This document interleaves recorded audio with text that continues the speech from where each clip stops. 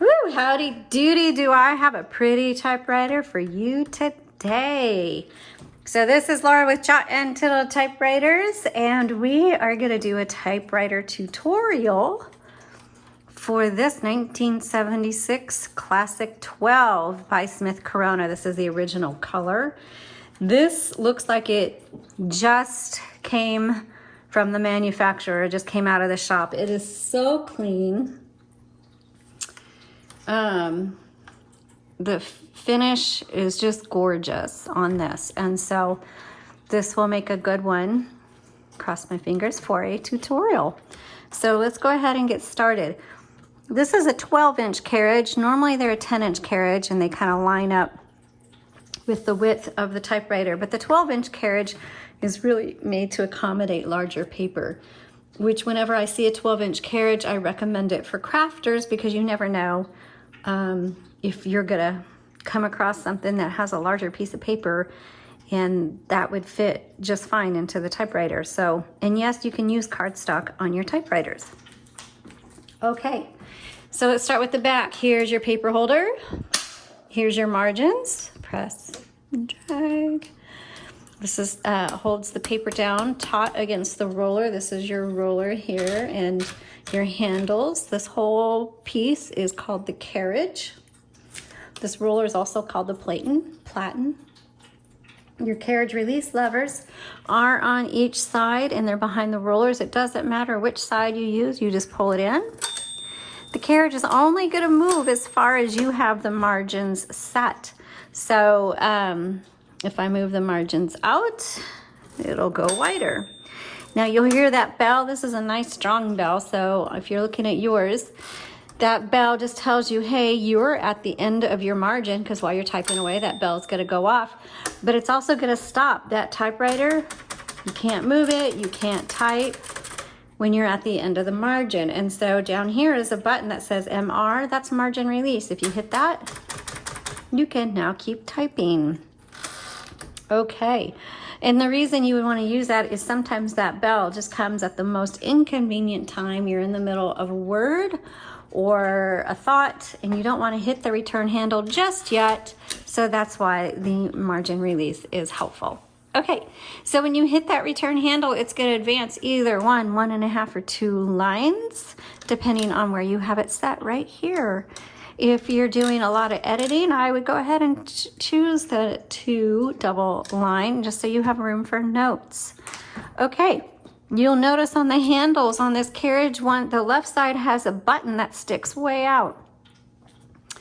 You know what I use that for? I use it because if you turn the handle, you hear it click every half of a line, but sometimes when you're loading a piece of paper and you need something to line up just right, that's really annoying. You can't get it to line up right. But if you press that little button and then the little clicking noises go away, it frees up that roller. You can place your little cursor area right where you want and then release that button, okay? Okay, let's move that to the left. By the way, this is a paper release. That releases the tension on your paper. Open up the top. Inside, you're going to see your spool area. This uses a universal ribbon, which is what's in here. Universal ribbon is a 2-inch spool, so you want something like that to go in here. This happens to be 2 colors of black and red. Black on top, red on bottom. To change it out, you literally pull up and then pop a new one in. Now, when you get to the end of the spool, it's not the end of the ink. Hold on. So there's 2 little nibs that stick up. There we go. The main one that goes through the middle, and then the teeny tiny one needs to go in one of the 4 holes on the spool, and that helps turn it. Okay, once you get it down, then thread it through these guide wires. And if you want an up-close photo of this so you know kind of how to thread it through, there's a link to a product listing in the description below. Click on that. It doesn't matter if it's sold already or not. You can look at the photos and then bookmark it or screenshot this photo so you have that available to you. Now, like I was saying, when you get to the end of the spool, it's not the end of the ink. You need to reverse your ribbon, and you do that Oops, right here. A lot of typewriters, they're down here, but on the Classic, it's right here. Okay, there's a silver lever, and you either press down or up. Now, some ribbons come with a grommet at the very end of the spool, which will kind of auto shift that for you. Others do not. So just know that this is your manual ribbon reversal. You should be able to reverse the direction of that ribbon many times before the ink runs out. Okay, LMH, that determines how hard these strike bars strike your paper, type bars strike your paper. So if you have a heavy hand, keep it on the low. If you're a really light typer like I am, then H might be better. You'll just have to fiddle with that and see what you want. This is your tab. I haven't checked to see if there's any set. There's one right there. So you can hit clear if you want to clear that tab. If you want to set one, whoops. Oh, that was supposed to clear it. Oh, there's multiple. So somebody has gone through and set a whole bunch of tabs. There we go. So if you want to set one, you just hit set. And then there you go. All right, that's how that works. Now, down here, a lot of people ask, well, hey, what's that arrow with the 2 lines? Well, sometimes when you're typing and you get 2, let's see if I can get it. You don't want to do this on purpose.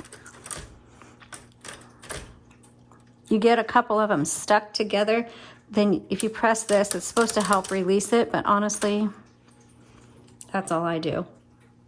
Down here is your space bar. You can also half space or power space. And some people ask, well, what's the point of half spacing? Well, there's a way, and honestly, I'm not good at it. There is a way when you make mistakes for you to go back and erase a letter and do some half spacing to kind of get the word all to fit in the same spot. If you are a really accomplished secretary that knows how to really use these typewriters, then that is a very handy button right there. Okay, again, power space, just hold that through. Okay, and then your color selector, black on top, red on bottom, and that's all there is to the Smith Corona Classic 12. Oh, one other thing, you'll see these 2 black keys right here. That means these are interchangeable. So you can pop the top off and it's just blank. You can get different heads for your typewriter. So if I were to open this up and kind of pull this key up, you will notice that the typing head on it is different than the rest. This actually can pull off and you can interchange it with different symbols. And you can find those sometimes on eBay or something like that. But when you see the different colored keys, that means that that is an interchangeable key, that the heads pop off, and that means there's a cap on here and you can change out the caps so you know what symbol is on that key. Got it? Good. All right. We sure appreciate you watching. I hope this was really helpful to you. Please visit our website at jotandtittletypewriters.com and do some shopping that supports this channel, because the typewriters, the tutorial videos I do it for free. So any support that you can give is truly appreciated. Thanks so much for watching. You guys have a wonderful day.